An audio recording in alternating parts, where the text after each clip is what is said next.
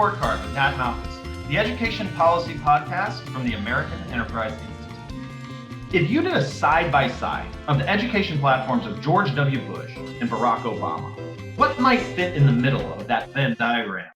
Well, for many folks, the first thing that comes to mind is charter schools. Indeed, for years, charter schools were in the unusual position of having supporters on the right and the left. But as politics have grown more and more divisive, that bipartisan support has largely faded away. Indeed, if you were going to draw a Venn diagram of the 2020 Democratic candidates' education agendas, not supporting charter schools would fit squarely in the middle with just a few exceptions. Now, what's more, some advocates worry that Republicans are starting to distance themselves from the charter sector as well. On this episode, I talked with Conor Williams and Scott Pearson about the shifting political landscape around charter schooling. Conor Williams is a fellow at the Century Foundation, where he writes about education, immigration, early education, school choice, and work-life balance. He's the author of several recent op-eds about the charter sector. Scott Pearson is the executive director at the DC Public Charter School Board. Previously, Scott served in the Obama administration as the deputy of the Office of Innovation and Improvement for the U.S. Department of Education, and he also co-founded a network of college prep charter schools in the San Francisco Bay Area. Conor, Scott, thanks for coming on the report card. No, it's great to be here. Glad to be here. So before we get to the heart of today's topic, I want to take a minute to just do a little Charter Schools 101. Scott, for those that might not be familiar, can you give an overview to listeners about what charters are? Are they public or private? How long have they been around? And who attends them? Charter schools were started about 25 years ago, and it was a concept to bring innovation, competition, and choice to the public school sector. So charter schools are referred to as public charter schools because they're public. Public means that they are tuition-free. They're open to all who apply. There's no selectivity, and they are accountable for results. They're public schools. What makes them different is that rather than being run by the government, they are typically run by independent nonprofit organizations. So as a nonprofit, you form yourself, you launch a school, and before you can launch that school, you need to apply to what's called a charter school authorizer for permission. And if they believe that you have a strong application, then you are granted a charter to operate a public school, and you are then reimbursed by the government for serving students. Charter schools typically have far more freedom than a traditional public school. Freedom over their budgets, freedom over their hiring. Most are non-unionized, freedom over their curriculum. In exchange for that, they are typically held to much higher standards of accountability. Charter schools generally commit to achieve certain academic outcomes, and if they don't achieve those, they are closed. And so you have this trade-off between higher autonomy and also higher accountability. So they are public schools, but they are run by private, typically nonprofit organizations. So Conor, as I mentioned before, you've written several recent pieces for the Wall Street Journal, the Post, 74 Million, related to the politics of charters. And you know that charters used to enjoy bipartisan support. Before we address the used to of that statement, I'm wondering how charter advocates built that bipartisan support in the first place. I mean, what was the big draw? And why do you think charters started out as more or less a purple reform? Well, it's a great question. It's the kind of question that could give you a couple dissertations to answer, but the short version is something like this. Charters took a lot of their heft intellectually initially from Albert Shanker, who was a major union leader. His theory of charter schools was that these would be laboratories for experimentation where teachers would have more control over how the schools were run, where they could innovate and try interesting, innovative things, and then share those ideas back to the rest of the traditional district schools, right? That this would be a place where you go and test something out and then you replicate it across systems. So it had some progressive roots, intellectually speaking. It also, for a variety of reasons, and I work at a progressive think tank. I'm not as equipped, or probably it's not as appropriate for me to explain the conservative mind on an AEI podcast, but there were good conservative reasons to be excited about charters too. At various points, conservatives who care about delivery of government services freed from, quote unquote, stultifying bureaucracies or plegocratic mission creep in how public education runs. There's lots of different priorities that charter schools, which are these sort of free, autonomous campuses, to do a bunch of different. They can do a bunch of different things that can appeal to a lot of conservative sensibilities. Practically speaking, the fact that many charters are not unionized was also a political advantage for conservatives as well, right? That at various stages, as charters grew a share of the United States public education system, some conservatives really enjoyed the possibility that charters could become not only competitors to traditional school districts and particular communities, but eventually take over the entire delivery system of public education in some communities where the unionized district schools wouldn't be able to continue to operate.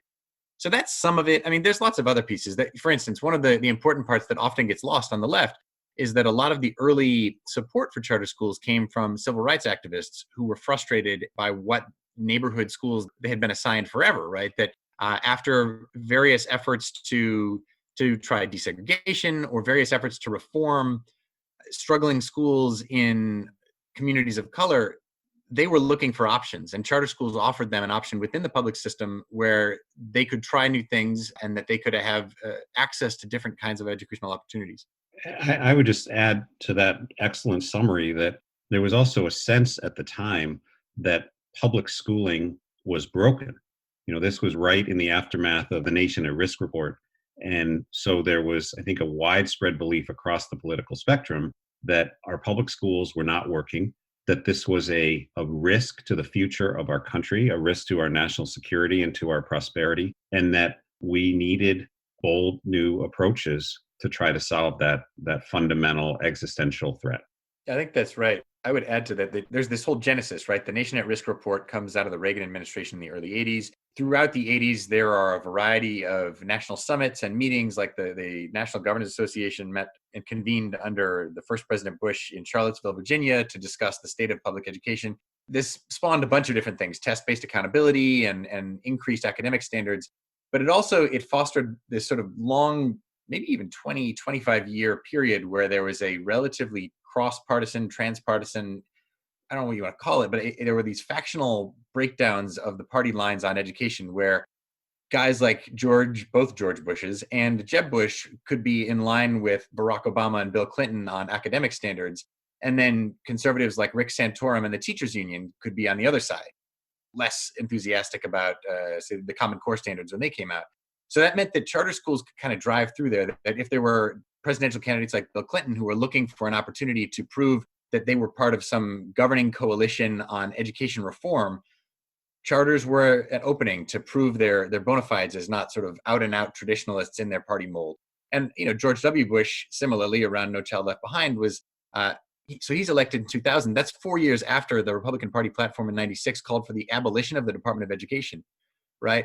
George W. Bush presides over the expansion of the federal role in education to an enormous degree under No Child Left Behind. Just to say that transpartisan political brew, charters fit really well in it for a long time.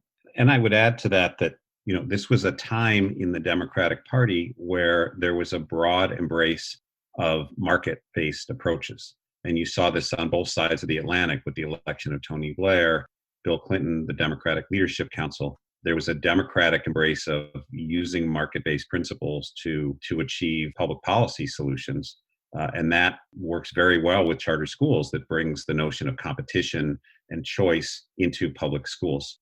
And that was something that was easy for Republicans to embrace, since that's been a pillar of conservative thinking for a long time. So it seems like, if you were to put it in a nutshell, charters cross these political divides, and conservatives and progressives might not have liked them for precisely the same reasons, but it was an instrument that could bring together this sort of cross-party uniform to move forward on a public education reform. Okay, so if that makes sense, there were a lot of promises. Generally speaking, I know this is contested, but I'm just sort of interested in, from a political point of view, were charters generally viewed as a success or a failure, or somewhere in between in the years after Charlottesville and George Bush's early embrace of charters? I would say, politically speaking, it's heavily contested turf. Empirically speaking, charters have over time shown increasingly strong results academically. such that some of the best aggregate research on their performance shows that they outperform peer district schools in many communities. That said, a lot of that same research shows that when you look across the United States, the charter sector doesn't perform a whole lot differently from the traditional district school sector. So the important takeaway from that, as far as actual analyzed data, the real empirical narrative that we should be taking here, isn't, though, that charters and district schools are just about the same in terms of performance. It's that there are variations in how charters perform, and we actually kind of know what policies you need to help them perform better and dramatically better, right? So to give Scott, hopefully a perfect Andre to build on this, DC's charter sector performs dramatically better than the district sector. And that's because there's a strong authorizer, which Scott's headed for many years, that decides which charters get to operate. And once they're operating, has really strong oversight of how they perform. So that strong accountability framework, the solid funding from Washington, D.C., the relatively firm regulation of ensuring that charters are strong performers, that fosters better charter performance. If you look at states where there's less regulation, where there's sort of a free-for-all about when charters can open and which ones can open and little oversight to how they're doing, those tend to be the states where charters don't perform very well. So from the context of this conversation, where we're saying there was once a bipartisan reform consensus or something like that around charters, and that seems to have petered out, we wouldn't say that charters underperformed and then people started jumping ship. Is that right? Yeah, I would say that. Look, welcome to democracy, welcome to political debate, where the facts are sort of a corollary participant. They're not the main course. I don't think that at the end of the day, we're arguing about whether or not to have more charter schools, fewer charter schools, which kinds of charter schools, and where do we put the charter schools. We're not really debating whether they work or not most of the time. We're debating those gaps in the priorities of these different participants in ed reform. So if you're a civil rights advocate who believes in charter schools, you believe in them for a series of reasons. You may or may not care at all about whether they're unionized. You may or may not care at all about any number of different pieces of the policy. You care if they work and give legitimate options to folks from the community that you represent and care about. That may not always make you a great governing partner fit in a coalition that includes conservatives who are primarily motivated to support charters for other reasons. I think it's also fair to say that all the data that Conor cites that shows that charter schools do better with urban students than do traditional public schools, and in certain jurisdictions where charter schools are well governed, they do better than traditional public schools. I think what is also fair to say is that charter schools did not live up to the highest promises of their founders. They have not revolutionized outcomes. We're not, there was a belief when I first got involved with charter schools that charter schools would erase the effects of poverty and would produce outcomes, both test score outcomes, college going outcomes, college completion outcomes that were on par with affluent or middle class children. And while you could certainly point to individual charter schools that have done that, that has not been the case with the overall charter school movement. And so it has led to, a much more fertile ground for debate over whether charter schools are actually serving students better. I would add, I think that's exactly right. And this is something I almost mentioned earlier. As the reform movement, education reform movement that built out of the 80s and through the 90s, as that really took shape, a lot of its political success came with these enormous promises. Like Scott's saying, it wasn't just the charters too. It was, No Child Left Behind set these audaciously ambitious goals about student achievement. Teach for America, as it launched, right, was this alternative credentialing program for young teachers. It promised to close the achievement gap, and it billed itself as the civil rights movement of our time. Charter schools were covered that way for some years too, right? A lot of the original charter operators that have now become big networks of charter schools operating in communities all over the country made these enormous promises about every kid going to or finishing college, about closing achievement gaps again as well. And they got coverage from, I think, oftentimes really credulous media that was looking to tell this really beautiful story about charters as alternatives for, frankly, in quotes, for those kids, those other kids over there. And, a lot of privileged folks who maybe ought to have known better bought it, right? They read these profiles in the New Yorker, or the New York Times, and the Washington Post of hero educators at a charter school saving the day and changing the narrative and flipping the script. And, after those 3,000 words had been read, they sort of forgot about it until finding out a couple years later that they'd see research or they'd hear some new narrative about charter schools that wasn't quite as rosy or as sunny. And I think that a lot of the political backlash that charters took was people who were angry for that kind of feeling duped.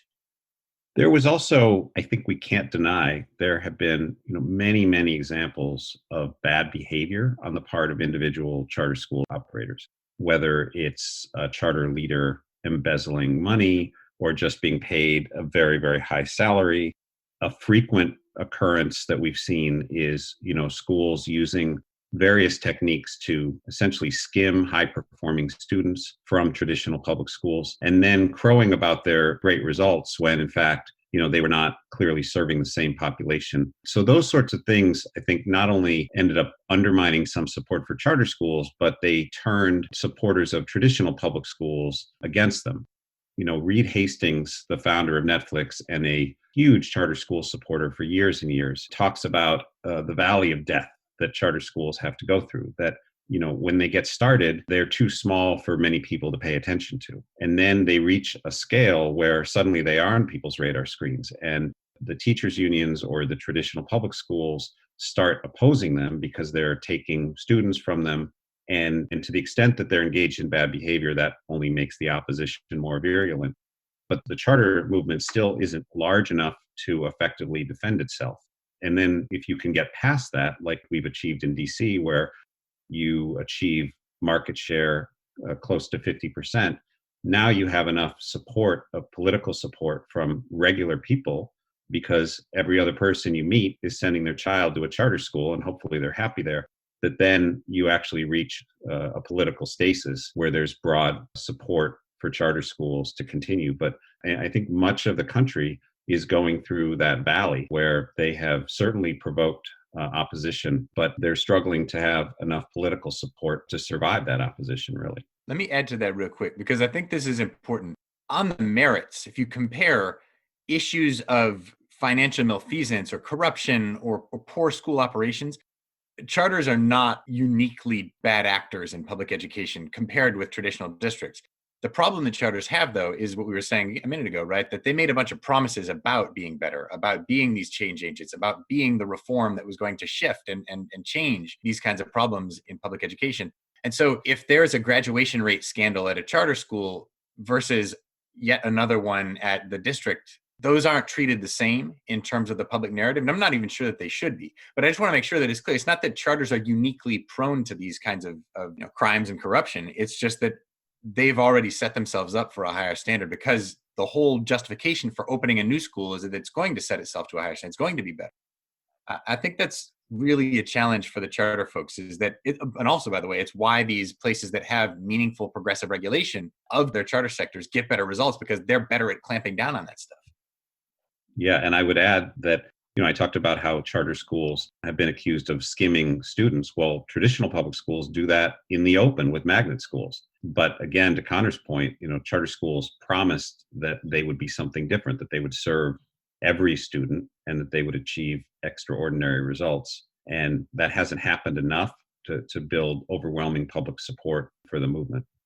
Well, in some sense, I would offer that charter schools are a pretty profound success story, moving in a few decades to a pretty good chunk. About 6% of public schools are charters. That's dramatic. And they have put up some strong numbers, but I really like the valley of death analogy, Scott.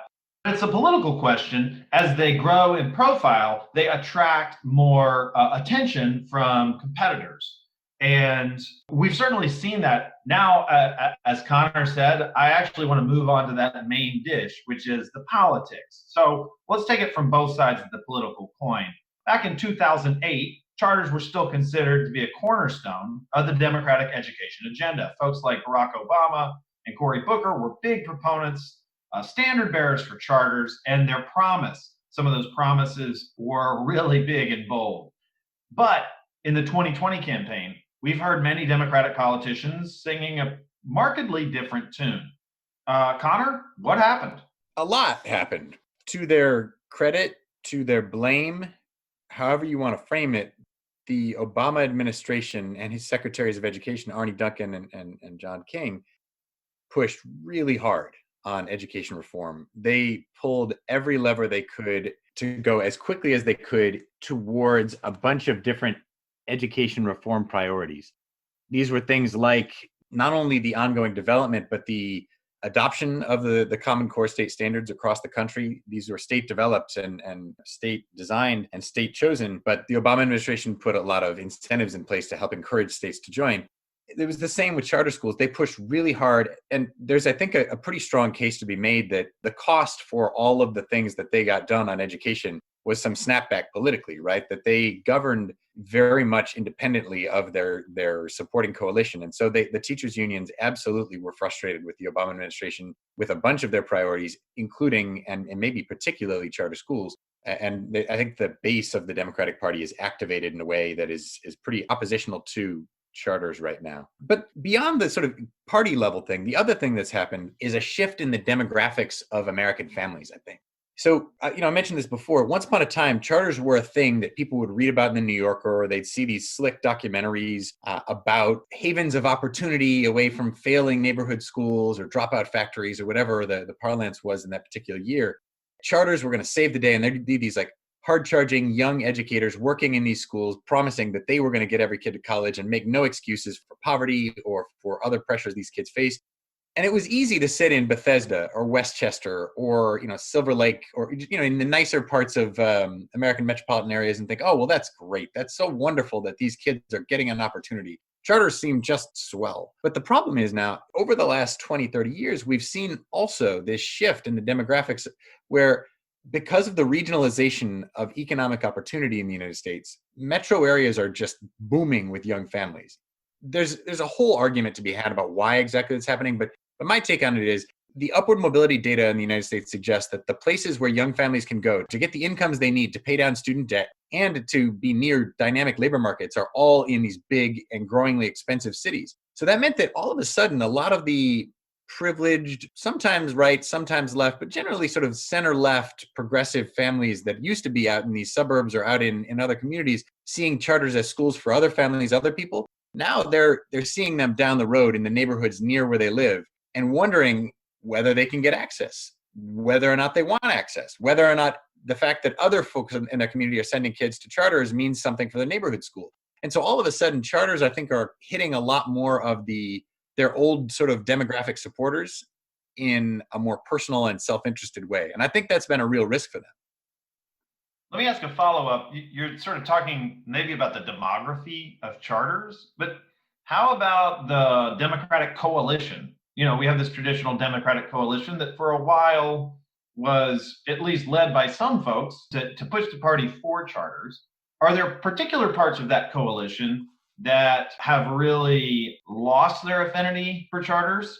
And are there others that have sort of remained more supportive, or is it more uniform within the party? I think it's tempting to see it as an argument between the civil rights community and the teachers unions within the Democratic coalition, where the unions have been more skeptical of charters, the civil rights community has not been, and that the civil rights community has lost ground and the unions are ascendant now after some period where it was the opposite. But at the end of the day, I'm not sure that's the case. I don't think that's why the governing elites in the Democratic Party are operating differently. My theory of the case is that it's more an accident of history if you look at the last decade or so, which is that Barack Obama didn't get elected in 2008 because he was a supporter of education reform. He got elected because of positions on the Iraq War, positions on the coming faltering economy, just a whole host of other things.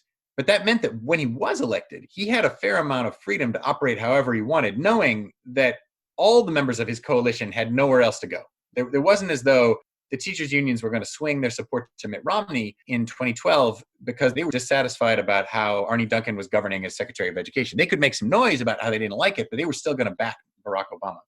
I would take that a step further and say that, when Barack Obama was running for president, the teachers union was 150% behind Hillary Clinton. And so he was elected, he was nominated by the Democratic Party without the traditional sense of obligation to the teachers unions that many, I would say even most Democratic politicians have.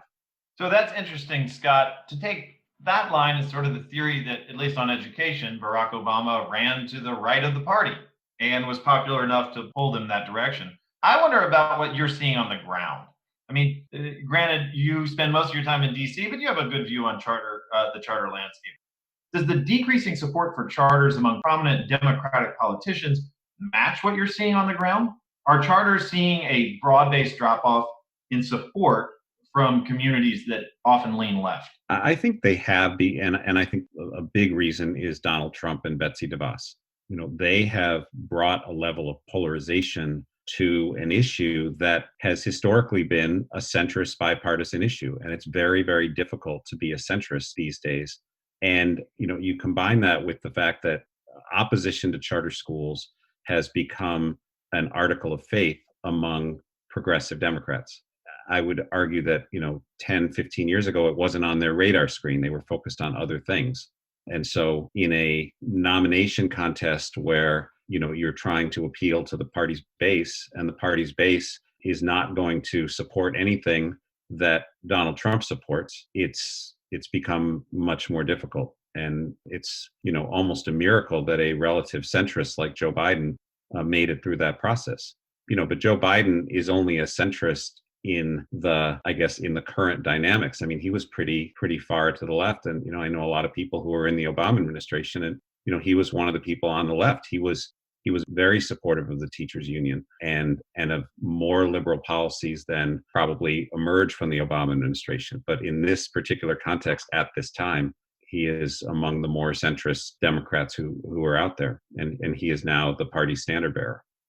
Well, Scott, you sort of opened the door to talking about the Republicans. So let's shift to that side. Now, generally, Republicans have continued to support charters, even when Democrats sought to distance themselves from the sector. But back in February, a lot of people noticed when the Trump administration proposed cutting funding to the federal charter schools program. And some took that as a sign that, well, maybe some Republicans might start to jump ship as well. Do you think that argument holds water? I mean, are Republicans abandoning the charter sector? I do not think that Republicans are abandoning the charter sector. And certainly when you look state by state at which states continue to be very supportive of public charter schools, they tend to be red states.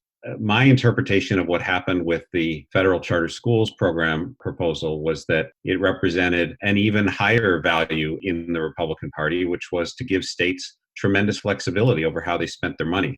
And so the charter schools program was lumped in with a lot of other programs and then proposed to be turned into a block grant to states that then the state governors could choose how to use. And I heard some members of the current administration argue that they thought that it would actually result in more money to charter schools because of the flexibility given to states. So the narrative that I hear on this is as Scott suggests.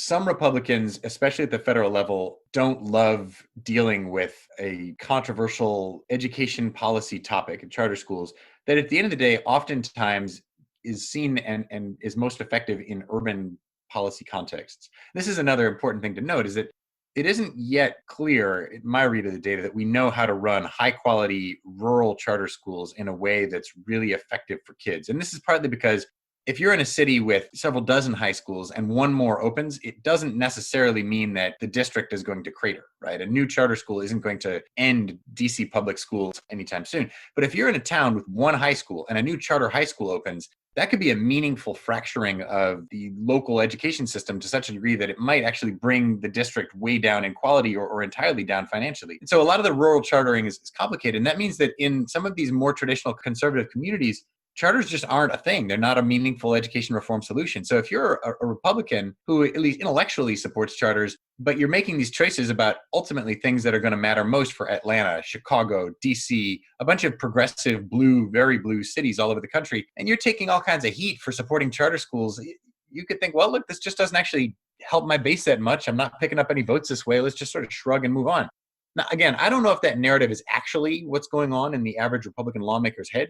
But I know that's the theory that people have been advancing, is that there's no reason to take bullets to do anything that might be helping Democratic constituencies anyway. So let's just shrug on this thing and leave the Democrats to fight it out for themselves. I think it's also worth mentioning the theory put forward by your colleague, Nat, Rick Hess, which is that he looked at campaign contribution data from major education reform and public charter school organizations and found that they were largely pretty left leaning. And so I don't want to make Rick's argument for him, but he expressed a real concern that if the education reform movement became viewed as largely a left-leaning movement, that it could risk losing support of conservatives. I'm not sure that's come to pass yet, but I think it's an interesting argument that we should pay attention to. Yeah, that is an interesting piece, and we'll try and link to it in the show notes. But I'm looking at this, and Conor, what I'm hearing you say is that as an instrument, charters actually sort of lean left. They're better for maybe blue state environs than red state, but the politics tends to lean right, which is something of an interesting contrast. Conor, you have sort of written a take in the Washington Post and a couple of other places, sort of pushing against that progressive politics that's sort of leaning against charters, saying, hey, there's a real progressive case for supporting charter schools. You're, something of an evangelist for that case. Make your pitch. Yeah, I'm really glad you gave me this chance, because one thing that I think I want to distinguish myself from Scott on this is I am not a centrist. I'm not a centrist on any issue. I'm hard left progressive. And so my argument has been that charter schools offer a meaningfully progressive solution to some of the most intransigent and really difficult problems of U.S. public education inequities. And here's why. We don't know for sure because it's hard to narrow this down in the research, but basically I think charters do two things that make them more effective than traditional public schools. And by more effective, I mean that raise achievement and that specifically increase access of opportunity for historically underserved populations. So here are the two things. One, charter schools are the only politically feasible way to loosen the grip of neighborhood schools and the housing market on access to educational opportunity. And let me just translate that jargon. What that means is, if you live in the average American city, there are really nice neighborhoods, really nice ones that are full of very wealthy people, usually white, almost always English dominant, almost always parents are both highly educated. Schools are technically public in these neighborhoods, just like they are technically public in the ring of wealthy suburbs just outside of these cities. Except that the only way to get in, talk about skimming and creaming students, is to purchase a home for $1.7 million next door to Jeff Bezos here in DC, or the Kushners, or the Obamas. The only way to get access to these quote unquote public schools is to buy access to the neighborhoods via the real estate market. There's nothing progressive about that. There's nothing progressive about buying cleaner air or cleaner water according to your real estate. So it shouldn't be that with schools. If you look at, though, every progressive effort to do something about this, to impose some sort of busing program, open enrollment program, some way to make sure that kids who don't live or can't afford to live in those neighborhoods, those really high performing, high quality, highly resourced, extremely wealthy schools, it turns out that the folks in those neighborhoods won't let you do it, right? So in DC, this happens all the time. When I first had kids, that is when it really radicalized me about this. If you talk to these wealthy, almost always white, usually progressive folks who live in these nice neighborhood schools, attendance zones, and you say, hey, would you guys be okay with maybe like reserving 10%, 15, 20% of the seats at your school for quote unquote at-risk children or kids who fall below the poverty line, their families are below the poverty line? They go, oh, no, not that. You say, well, would you be okay with maybe some busing programs that spread around access to different schools around the city? No. Open enrollment? No. Would you be okay with maybe building some affordable housing units down the road from where you live? No. Would you be okay with, how about some public housing right in your neighborhood? No. And so you start to find out that it turns out there's nothing they're willing to do to de-link that iron hold that they have on access to a school based on their ability to pay for it. Now, these are public schools. So charters are the only politically feasible way that I've seen in most cities to get something like open enrollment on the table. The second thing that charters do that I think it makes them uniquely progressive is that they allow for a coherent school design.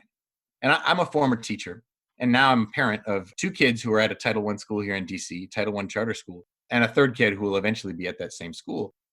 What I know about how schools operate is that they're frequently stuck with these mandates from the school district or from above that mess up their efforts to try to put together a school model that makes sense. So in DC, I focus a lot on English language learners. If you talk to folks who work in district dual language immersion programs, they're trying to teach in Spanish and in English or in another language and in English, they all the time get the curriculum switched on them, right? To a new curriculum that isn't translated. Or they get some new module they're supposed to teach in DC, right? It's supposed to teach everyone how to ride a bike in second grade.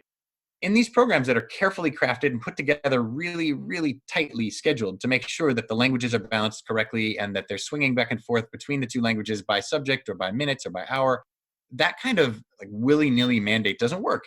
School leaders need the opportunity to actually design a school and staff a school and build a schedule and assign a curricula that actually works relatively coherently. So my take on this has always been, if school districts are willing to do that, to let school leaders have that kind of autonomy, and if school districts are willing to open up enrollment so that neighborhood purchasing power doesn't determine who gets to go to what school, I don't think I need charters personally as a progressive. But in the meantime, millions of kids get up and go to school every day. Now they do it online, but most of the time they get up and walk off to their schools, they get bused off to their schools. We can't wait and say, well, we can't do anything about this because busing is too hard, because housing policy is too hard, because all these other things are too hard.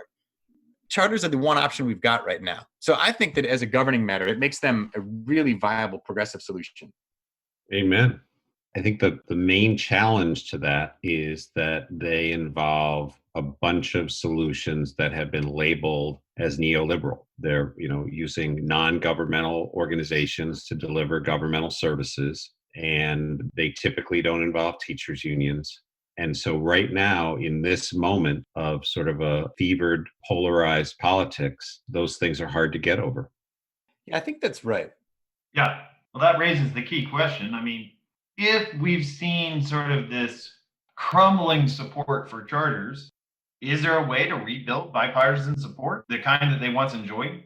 Is there a way to bring Democrats back into the fold without losing what might be wavering Republican support? Or do you think that it's just that charter support might be a long-term victim of today's polarization? I believe that, first of all, the education landscape is defined by an embrace of the status quo. Whatever it is, people want to keep it that way. I mean, I've seen this happen time and time again. People oppose a charter school, they oppose a charter school, then it opens in a neighborhood.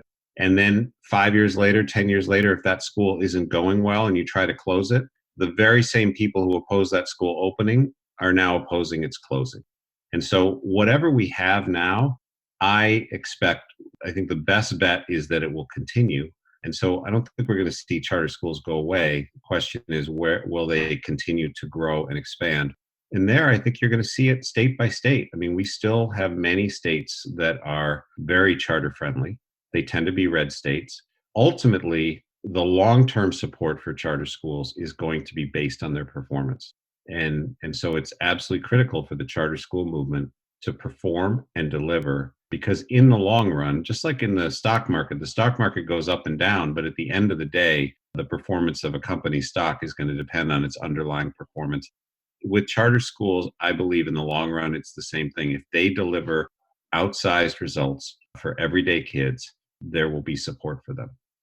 Conor, I'm curious, as you made this case very publicly, a progressive case for supporting charters, how's it been received?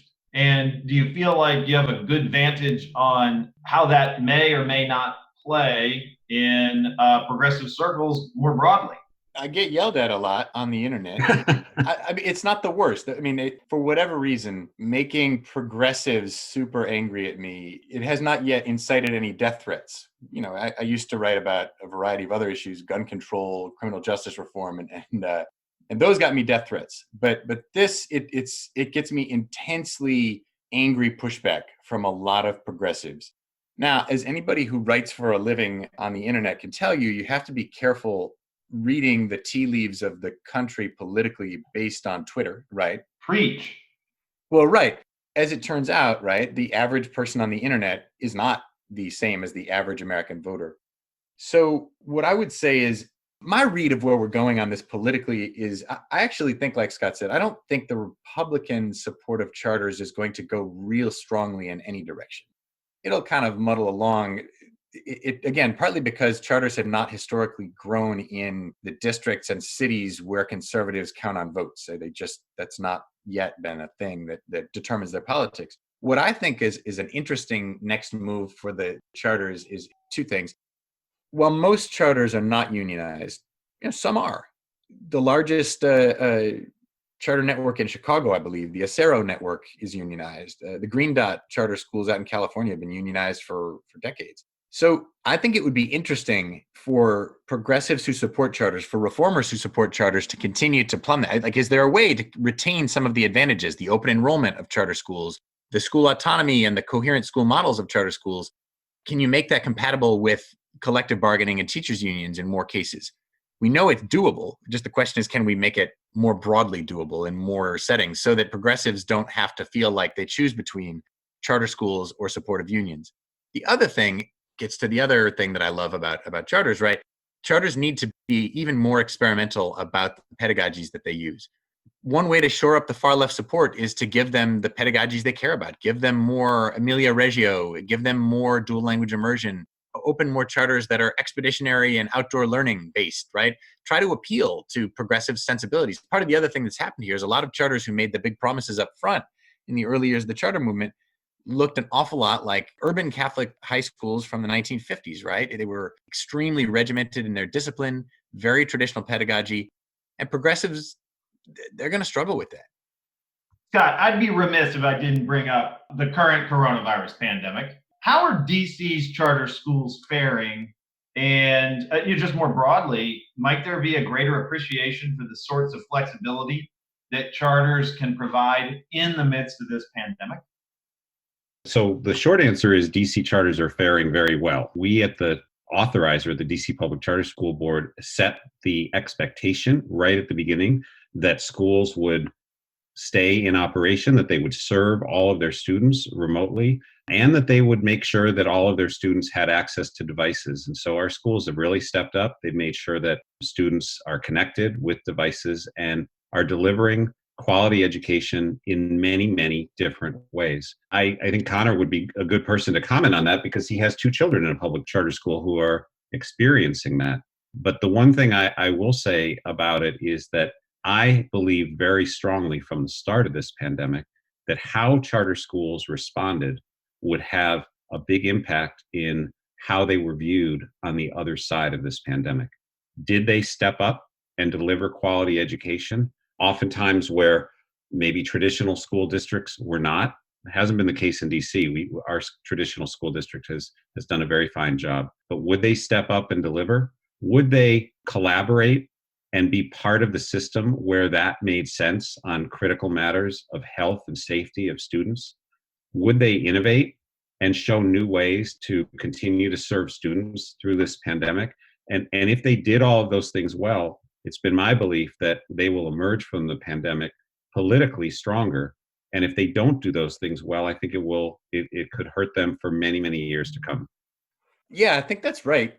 Both, it's right that my kid's charter school has been really quick and responsive and done a nice job. And I also think that Scott's right about the politics, that charters, one of the interesting challenges charters have is that the price, right, of all of that school autonomy and all that flexibility is much less support from a big public system behind them, right? Which means that when things like this happen, when huge crises arise, that it's not like the charters can call the district snowplow people and have them just come and take care of the blizzard in their parking lot. They can't just call the district IT office and say, okay, we need some emergency devices set up. They have all that nimble ability, but they have to have been prepared just logistically and as an operations perspective to actually be resilient in the face of something like that without the benefit of a huge network of support behind them. And I've been really impressed with how they've done that and how they've navigated that here in DC. My kids, I was saying before the call, I think like every campus, my kids' school threw something together for the first week, and it was buggy, and there were some challenges. But of course, they had 72 hours or so to plan it. It was sudden. Every single week, it's gotten better. There's been a significant improvement in terms of the content of what the teachers are delivering online. There's clearly a ton of thought put into how they can engage kids more equitably and make sure that all kids are actually getting something out of what's happening online. So I've been really impressed. The other thing is that we are being exposed to all manner of new teaching styles, new ways of delivering education, and schools that are good and that have flexibility are going to be able to adapt themselves. And that could also be a huge advantage for public charter schools. I was speaking with a school leader earlier today who runs a network of schools, and they surveyed their parents at one of their lowest income schools. So roughly 70% of the students at their school receive some form of public benefits. Out of 360 students, these are middle school students, they asked them, did you prefer in person or did you prefer online? Half of them said that they preferred the online delivery of instruction, which was a stunning amount. They said that they missed their friends. They wanted to get back together with their friends. But in terms of online delivery of instruction, it was working better for them because they were getting more personalized attention. There were not distractions. The teacher was able to respond to their written work as opposed to responding to who was talking in the class. They felt more confident taking risks. And so schools, they are going to have the nimbleness and the flexibility to respond to that. And my guess is that when we're on the other side of this pandemic, they are going to offer for their students some options that work for them. And it may be more difficult for some traditional public school districts to make that pivot. Well, there certainly with coronavirus and with the politics of the day, there's a lot of uncertainty. So I'm going to ask you an impossible question, and you just give me your best answer. 20 years from now, where will charters be because of, in spite of, the current political leanings toward them? Scott, I'll give you first crack at predicting the future. I expect that there will be more public charter schools than we have today, but that we won't have seen the same rate of growth. I think we'll see more diversity of public charter schools.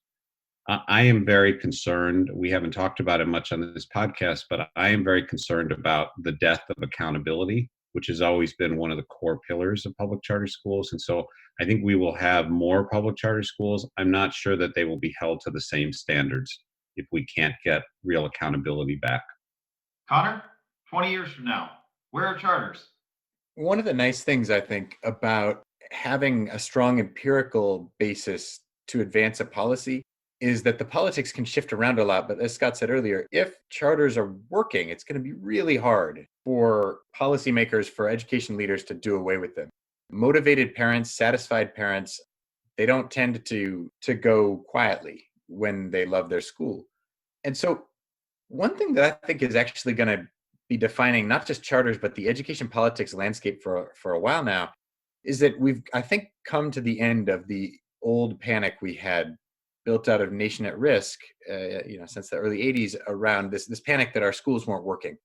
So that gave us a 20 or 30 year window of really hard pushes on trying to improve standards and advance more equitable opportunities in education and et cetera. But as Scott says, accountability is on the wane now.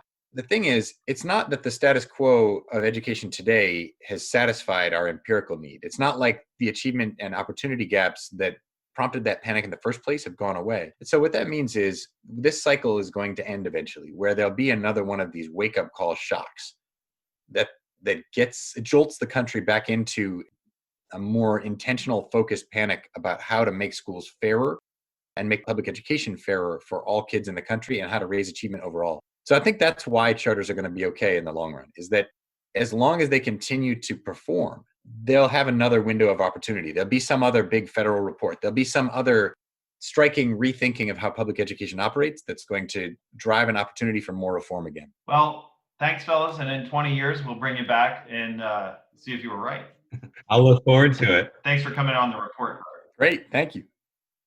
Thanks for listening to the report card with Nat Malkus. And special thanks to our guests, Conor Williams and Scott Pearson. I want to thank our producers that make this podcast possible. That's Matt Rice and Tyler Hoover. Remember, you can subscribe to the report card on iTunes, Spotify, or wherever you get your podcasts. While you're there, take a minute to leave us a review. It helps other people find the podcast. As always, if you've got comments, questions, or topic suggestions, send them to us at ed.podcast@aei.org. That's all for this episode. I'm Nat Malkus.